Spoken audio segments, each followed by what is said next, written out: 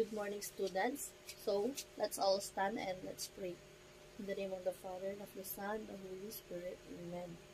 Bless us, O Lord, for these thy gifts, which we are about to receive from thy bounty through Christ our Lord. Amen.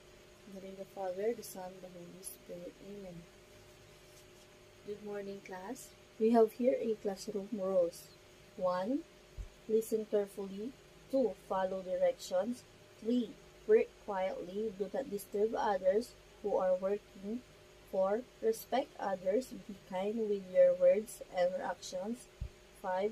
Respect school and personal property. 6. Work and play safety.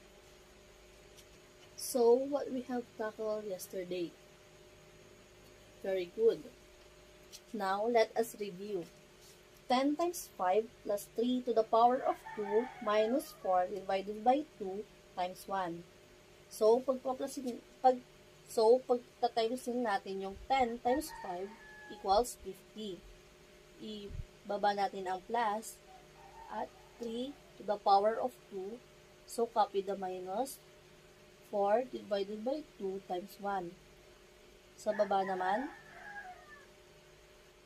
50 plus 3 to the power of 2. So, ang gagawin natin, 3 times 3. So, ang sagot ay 9.